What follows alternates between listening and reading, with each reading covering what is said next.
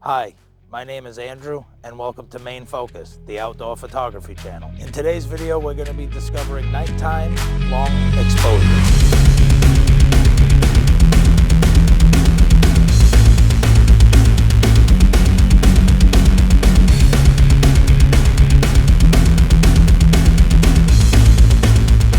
Okay, now we're just going through the gear to see what I need to set up for the night. The plan is to grab some steel wool, and we're going to do one of those fire circles with long exposure photography.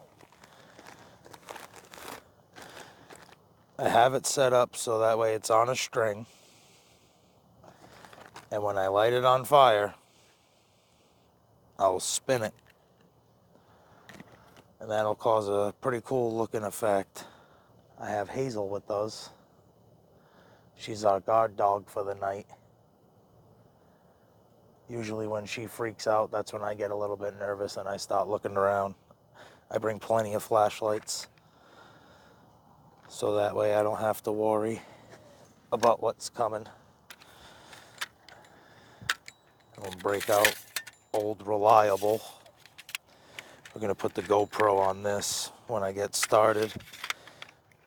The GoPro Hero 11 has a painting mode, so it's almost like using long exposure video.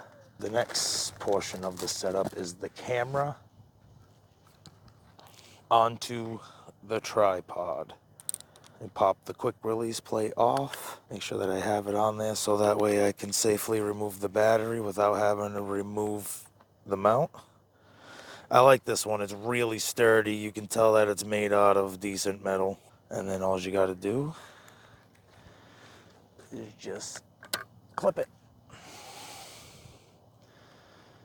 And then what I'll do is I'll actually raise the height of this, so that way it's a little closer without having to extend the middle pole. So when you extend the middle pole, it reduces the overall stability. The taller you are, the less stable you are. But this pole is by far your least stable. I'm going to put it in manual mode. And then this will be the secret to how we get good long nighttime exposures. The Rokinon 14mm 2.8. This lens is a light gathering monster. It is my second favorite lens aside from the Canon 50mm. The timer is a very important thing that we're going to be using. This is going to allow us to take multiple photos without having to come back to the camera.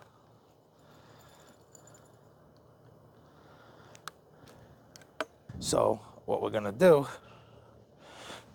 is we're going to take this and we're going to move it to about where I would like to stand, so that way I can actually see what I'm doing. So that'll be about center. So that's going to be dead center. So when you hit the live view button and you zoom in, you can go to manual focus and then just try and get that as sharp as possible. I don't have the best eyeballs in the world, so that's the best we're gonna get.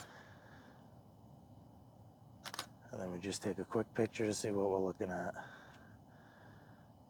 You zoom all the way in. I mean, that looks pretty sharp to me. In long exposure photography, one of the main things you want to be doing is having your shutter speed at a relatively low speed. So anywhere from like 1/60th all the way down to 30 seconds. That's what most cameras will allow without having a remote timer. And then you can go to bulb, which will allow you to use the remote timer, and then you can just set it for however long you need to get the exposure you're looking for. The aperture is going to allow you to absorb a lot of light onto the sensor. So depending on what you're taking a picture of, that'll determine what aperture you use. For tonight, I'm going to try 10-second timer, 2.8 aperture, on 100 ISO, I'm gonna set the timer. I have the self timer set for 12 seconds. The interval is gonna be 10 seconds. I'm going to go to the number of pictures and I'm gonna set that to 10. And then I'm gonna hit the start and stop button to test it. So it should take a picture at the end of the first self timer.